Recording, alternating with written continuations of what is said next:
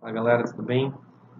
Espero que vocês estejam bem, né? A prioridade é que vocês possam se cuidar nesse tempo. Nós vamos tentar continuar as nossas atividades da melhor possível. Lembrando que essa semana está online também para tentar tirar algumas dúvidas, algo novo para mim, assim como é para vocês. Então, vamos tentar construir algo bem legal.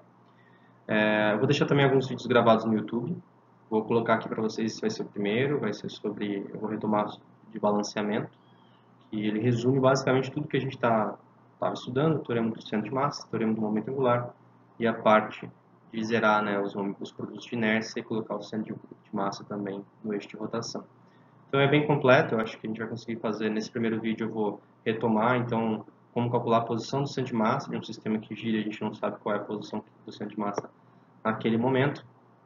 E também a gente vai calcular os produtos de inércia baseado nas reações dos mancais, né? Depois disso, eu vou lançar um vídeo também com o cálculo das massas balanceadas e a posição das massas balanceadas, que foi, né, era o nosso próximo passo. Então, vamos tentar construir isso aí. Esse aqui é o exemplo. Então, imagina que a gente tem aqui um sistema rotativo. Ele está mancalizado em A e mancalizado em B. A posição que eu posso alojar as massas é esse cara aqui. No texto ele vai chamar de D. E eu tenho já os planos de correção, ele já deu pra gente, então ele é 10 e 80, porque ele sai, né, a referência está aqui, então aqui está o nosso eixo X, perceba que o X está aqui, o Z e o Y. Então o meu corpo ele gira apenas no eixo X, os mancais eles são distantes de 0,9. Se você, vamos ver aqui então o enunciado, né? Então o cilindro de massa M 15 kg gira em torno do eixo apoiado nos mancais A e B, separados pela distância D igual a 0,9. Com velocidade angular de 15 radianos por segundo.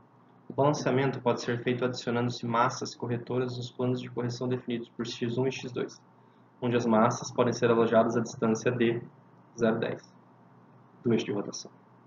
O sistema de eixos A, x, y, z é ilustrado e ligado ao cilindro. Então, conforme o meu cilindro girar, né, meu cilindro vai girar aqui com velocidade ω constante, nesse sentido, conforme ele gira, o sistema de coordenada A gira junto. Então, tudo que se você sentar, né, no sistema de coordenada A e girar junto com o cilindro, você vai ver todo o restante do cilindro parado. É a mesma coisa que você está na Terra, não é mesmo? Então você olha a sua casa, olha o seu quarto, olha o seu escritório, está tudo parado, mas a Terra gira. Então você está acompanhando o giro da Terra. Seria mais ou menos essa a analogia. E ele diz que as reações dos mancais de origem dinâmica, nós vamos desconsiderar o peso, são todas conhecidas e são dadas. Então, RA e RB, vetor, eles estão aí. Ou seja, RA seria um vetor que está aqui no eixo A, qualquer, né? Depois a gente acha as decomposições, e RB estaria por aqui, né? Então, RB está também nesse lado aqui. Eu quero encontrar primeiro as posições das coordenadas xcm, ycm e z de massa dos produtos de inércia. No segundo vídeo, nós vamos soltar essas contas aqui. Vamos calcular então primeiro a posição do CM, né? Eu já encontrei as reações, eu sei que o teorema do centro de massa, que é o somatório das forças externas, é massa total do meu sistema, vezes a aceleração do centro de massa. Se o meu centro de massa ele não está no eixo de rotação, então a aceleração dele não é nula, portanto as reações não equilibram. Então, se você já sabe que se você olhar nos mancais as reações zerarem, você sabe que o centro de massa já está no eixo de rotação. Não é o nosso caso, porque se eu colocar lá RA mais RB, que são as forças externas que agem no meu sistema, e eu fizer, né, a conta, eu vou chegar que eu tenho 35 newtons na direção J e 20 newtons na direção K, vezes 15 kg, né, a aceleração do centro de massa. Se eu dividir todo mundo pela massa, eu já encontro a aceleração já decomposta que o meu sistema vai experimentar. Então, lembrando que o meu centro de massa ele é fixo, ele não muda ao longo do tempo, mas ele gira junto com o sistema de coordenadas. Então, essa aceleração ela é constante se você estiver olhando dentro do sistema de coordenadas. Ele é 2,333J e 1,333K. Na verdade, é uma dízima periódica, né? Bom, se eu pensar aqui, a minha pergunta para vocês é: onde que está a minha aceleração? Quem é esse cara? Bom, se o meu sistema ele só gira, né, ele gira nessa direção aqui, no ômega, Se ele só gira e a aceleração ela é positiva em y e positiva em z, onde está o meu centro de massa? Veja, se meu corpo só gira, eu tenho a única aceleração que o centro de massa experimenta é a aceleração centrípeta. É aquela aceleração que vai mudar a direção da velocidade, mas não vai mudar o módulo da velocidade.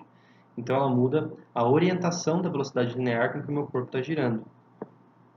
Nesse caso, a aceleração do centro de massa vai ser igual à aceleração centrípeta, e a aceleração centrípeta a gente sabe que ela aponta ao centro. Então o centro de giro ele está aqui no meio.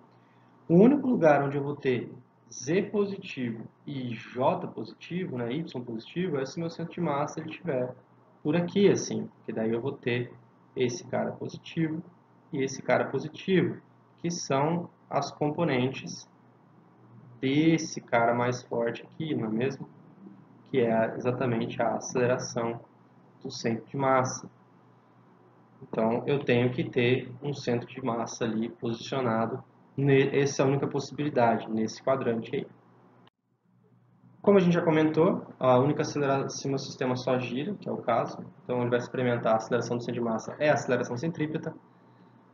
Se eu substituir na equação do teorema do centro de massa, o que isso daqui vai nos dar? Né? Eu vou ter que a aceleração centrípeta já está decomposta, e eu sei calcular o módulo dela. O módulo da aceleração centrípeta é ômega ao quadrado vezes r. Quem é esse r? Esse r é a distância. Opa, deixa eu voltar aqui.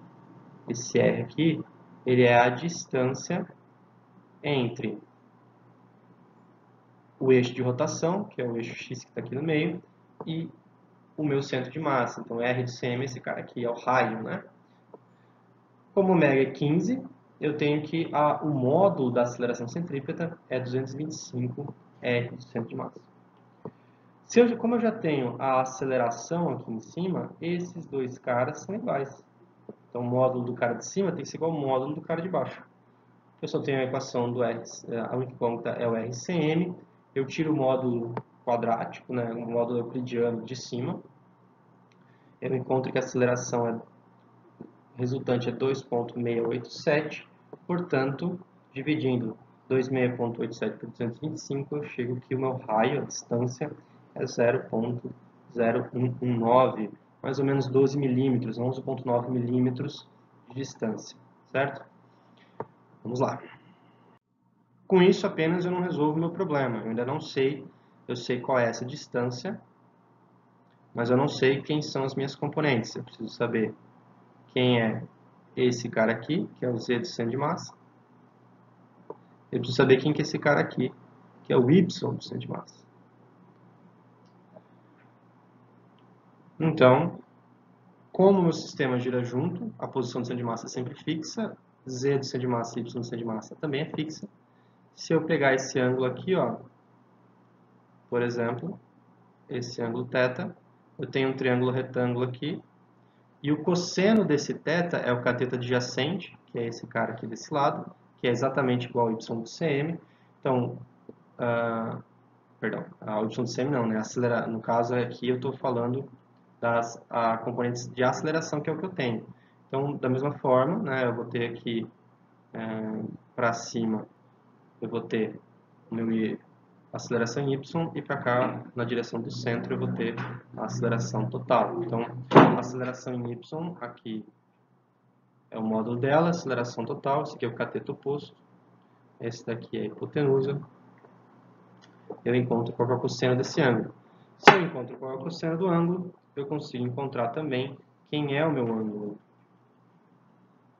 E o meu ângulo está aí, ó, do 29,7 graus.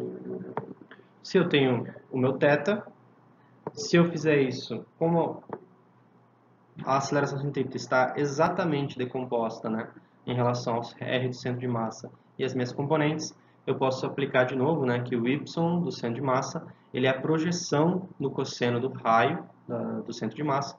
Vou chegar que ele é 10,3 milímetros e vale o mesmo para o z. O z aqui em cima ele é 0,059, mais ou menos 6 milímetros, um pouquinho menos, né, 5,9. Mas, como a gente pode observar dessa imagem aqui mesmo, o Z do CM e o Y do CM não são positivos, eles são negativos. Então, eu não posso esquecer de levar em conta, apesar do módulo ser aquele valor que a gente calculou, tem que colocar o sinal. Beleza? Então, primeiro elemento calculado, centro de massa. Agora, a coordenada xcm do meu centro de massa não importa. Por quê? Porque ela, onde estiver o x do cm, o balanceamento vai ser o mesmo. Eu não tenho informações suficientes, no meu caso, para poder colocar isso, para poder calcular o valor do x do centro de massa. Então, e também nem vai importar para a gente, já que ele gira exatamente em cima do x do centro de massa. Vamos lá. Vamos calcular agora os produtos de inércia. Se a posição do centro de massa ele depende do teorema do centro de massa, os meus produtos de inércia vão sair do teorema do momento angular, ou é a equação de Newton-Euler, não é mesmo? Que é para a rotação. Então, eu sempre vou calcular o somatório dos momentos em relação a um polo. Nesse caso aqui eu escolhi o polo A, então é o que já está denominado ali. E da mesma maneira que o somatório dos momentos em relação ao polo O, o cálculo do momento angular também em relação ao polo A. A diferença, não se esqueçam, é que aqui é derivada no tempo desse vetor. Vai trazer para a gente algumas diferenças aí. Vamos continuar. O lado esquerdo da equação é mais fácil, a gente já sabe calcular. Então, o lado esquerdo é o cálculo do momento de cada força externa em relação ao polo A. Então, o primeiro elemento aqui eu tenho o vetor posição que sai do polo A, vai até o ponto de aplicação da força A, por isso R de A até A. E agora eu tenho aqui o vetor RAB, que sai de A, vai até B, porque é o vetor RB que eu estou querendo calcular. Então, se eu olhar aqui do lado, né, se eu olhar na minha figura aqui, o meu vetor RAB, é esse cara aqui, ó, R de A até B, porque a minha força em B aqui, né, vou colocar ela numa outra direção, porque é uma força genérica, eu tenho que sair esse vetor posição une o polo A aqui é o meu polo A, até o ponto de aplicação da força no ponto B. Essa daqui é a conta que eu tenho que fazer. Como R de A até A é um vetor nulo, eu não tenho deslocamento nenhum, tudo isso daqui que está aqui em cima vai para zero, desaparece. Já o vetor de RAB é B menos A, que é 0,9 na direção I. Então veja que o vetor ele segue o meu vetor I, o meu versor I, não é o contrário, né? Se eu tivesse escolhido o polo B, aí sim seria menos esse valor, não é? As reações eu conheço as reações, conheço o RAB, agora se eu calcular os momentos de força externa, MA é igual a RAB vetor RB, eu vou fazer esse produto vetorial aqui, lembrando que momento é sempre braço vezes força, não vou contrário. Vou calcular esse produto vetorial. Para fazer isso, é um determinante, onde eu coloco I, J e K, e embaixo cada uma das componentes, todo mundo em I, todo mundo em J, todo mundo em K. O primeiro aqui é o vetor posição, o último é o vetor de força. Então, esse primeiro aqui é 0,9, como está aqui em cima, e o último aqui é esse cara aqui.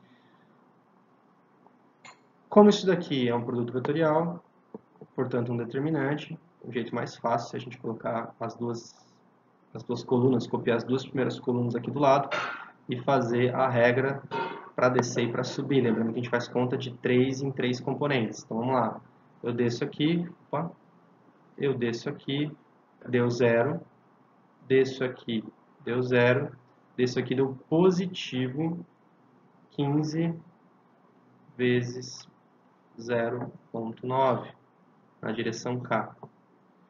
Agora eu vou subir, negativo, 0, 0, menos 10 vezes 0,9 vai dar mais, porque menos com menos dá mais, 9 na direção J.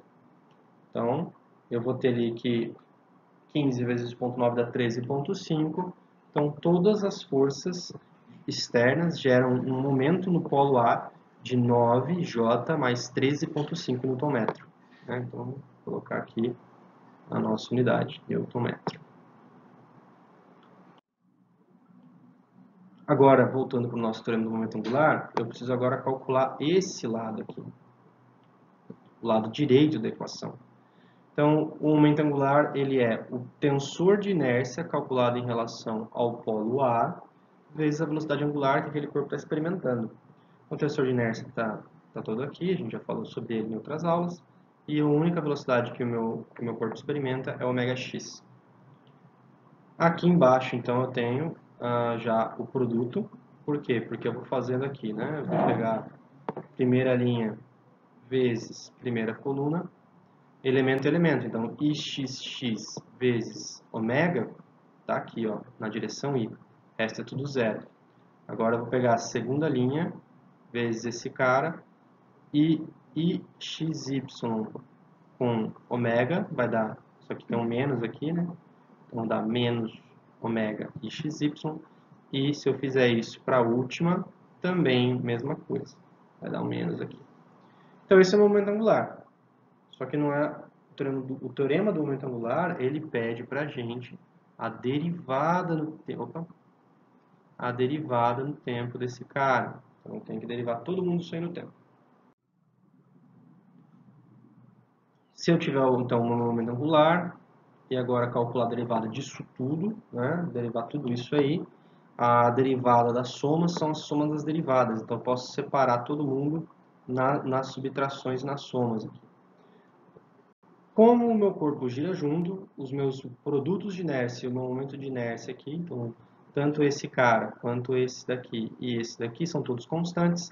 E eu estou olhando também a velocidade angular de regime, quando o meu corpo já atingiu a velocidade de trabalho dele, que tem que ser constante. Se tudo isso é constante, eles saem da derivada, sobra para a gente a derivada dos versores. Então lembre-se que o versor não muda o módulo, ele muda apenas a direção dele, certo? Qual que é essa derivada, então? Vamos revisar isso aí também. Então, a gente vai usar o teorema de Poisson, que pega um vetor qualquer u, a derivada dele no tempo é a sua derivada, né? Vamos colocar aqui a derivada, digamos assim, temporal dele, só que essa parcela aqui tem a ver com a mudança de módulo, e essa parcela normalmente a gente não vai levar em conta, porque os meus versores têm módulo 1 sempre, eles só mudam de orientação, e a parcela que calcula a mudança de orientação é o produto vetorial da minha velocidade angular do meu corpo com o meu vetor. No nosso caso, vai ser sempre assim, então a gente vai calcular primeiro a derivada temporal do i, então vai ser ômega produto vetorial com i, só que quem é ômega vetor? Ômega vetor está só na direção i vetor i dá zero. Vamos lembrar sempre de fazer essa regrinha aqui do mnemônico, né? Quando eu estiver caminhando na direção horária, é todo mundo positivo. Quando eu estiver na direção anti-horária, é todo mundo negativo. Então vamos dar uma olhada aqui no próximo elemento, ó. Pega j ponto, ele vai ser, a sua derivada é ômega vetor j, ômega está na direção i, então eu tenho i vetor j, só que i vetor j está na direção, ó, veja aqui, na direção horária, então ele está positivo e ele vai dar o que para a gente? Vai dar k, por isso que no final dá ômega k. Vou voltar aqui, positivo, k, negativo. Nosso último elemento é o K ponto. K ponto é ômega vezes K. Ômega está na direção I, produto vetorial com K. Isso vai dar, então, agora perceba que eu estou indo ao contrário. Agora, I vetor K. Se eu estou indo I vetor K, opa, errei aqui, né? Vou voltar esse cara aqui. Aqui, agora sim. A direção para cá é negativa. Então, esse cara aqui ele é negativo. Vai dar menos J. Por isso que aparece menos J aqui. Menos ômega J. Beleza? Pronto. Agora eu tenho a equação completa do momento angular. Eu tenho componente a componente o que isso acontece. E eu tenho que substituir cada uma na sua respectiva posição. Então, eu vou colocar lá, né, o primeiro aqui vai sumir, isso aqui foi para o vinagre, porque é o vetor zero. Sobrou esses caras aqui. Perceba que agora aparece para mim um ômega ao quadrado. Esse ômega ao quadrado vai... Por isso que é importante a gente ter sempre pequenos desbalanceamentos, né? ter pequenos desbalanceamentos, às vezes uma velocidade de trabalho alta vai nos dar algum trabalho. Uma velocidade angular baixa, isso daqui não vai importar tanto para a gente. Então 15 radianos por segundo vai me dar aqui o ômega ao quadrado, vai me dar 225, tanto aqui quanto nesse outro. Se eu tomar então o teorema do momento angular, eu tenho os dois lados da equação já. Eu já calculei tanto os somatórios dos momentos externos quanto o produto, né, a derivada do momento angular. Se eu igualar todo mundo, eu tenho aqui que um vetor, né, dois vetores, para serem iguais, eles têm que ser iguais componente a componente. Então, J igual a J e K igual a K. Nesse caso aqui, eu tenho essas igualdades que me chegam nesses valores aqui. Muito bem. Então, esse daqui fecha também o item B, né? O item B agora nosso está ok. E a gente não tem mais o que calcular para o B. Nós já encontramos os produtos de inércia que nós precisávamos. Agora nós precisamos atacar para encontrar as massas e as posições delas que vão colocar tanto o centro de massa no eixo de rotação, quanto zerar esses produtos de inércia que a gente encontrou.